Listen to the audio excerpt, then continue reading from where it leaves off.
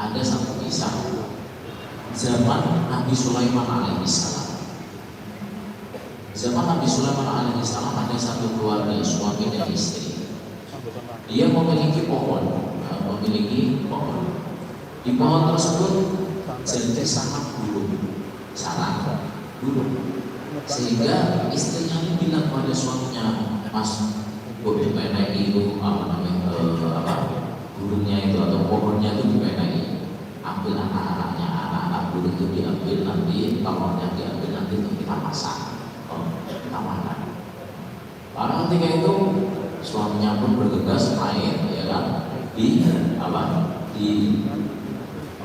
dipakai untuk masak dan diambil telurnya untuk masak, sehingga burung itu balik kecewa, mana anak saya, mana telur saya, hilang. Setelah itu pergi lagi, anak lagi, hilang lagi, diambil sama si suami.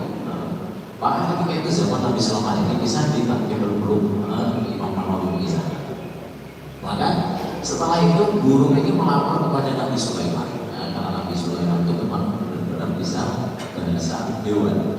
Dalam Al-Quran, hudhud, kalau semisal burung yang nemoni satu kampung yang bukan matahari, Ratu Bilqis. Nah ini hudhud yang melapor, tapi ini bukan kisah dalam Al-Quran, ini kisah dalam yang dituliskan oleh Imam Nawawi.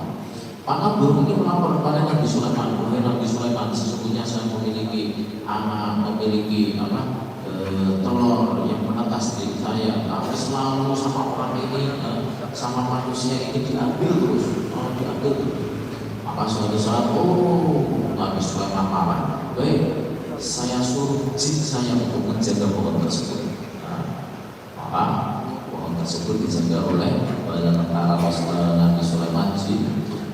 Ketika itu suatu hari orang ini mau dalam aktivitasnya mau ngambil burung tersebut lagi, mau ngambil telurnya lagi untuk dimasak. Maka ketika mau manjat pohon, jinnya juga siap begini. Kalau misal nanti anak burung ini diambil, tak dari pakai mau dibuang juga. Maka ketika mau ngambil telur tersebut yang mau mengatakan, kok tiba-tiba ada orang yang ngetok pintu rumah beliau, juga dari atas, telah berjalan keluar dari atas, ternyata ada orang miskin yang sedang lapar, minta sedekahan dari pemilik rumah. Bergegas suami tersebut turun dari pohon. Ada 3 orang, barang terang habisnya sampai kepada istrinya, tiduran, tidur. Ketiduran kalau menghapus gimana? Ini ada orang hajat, jadi dia dengarkan. Membutuhkan makanan, maksudnya makanan dalam rumah diberikan kepada siapa?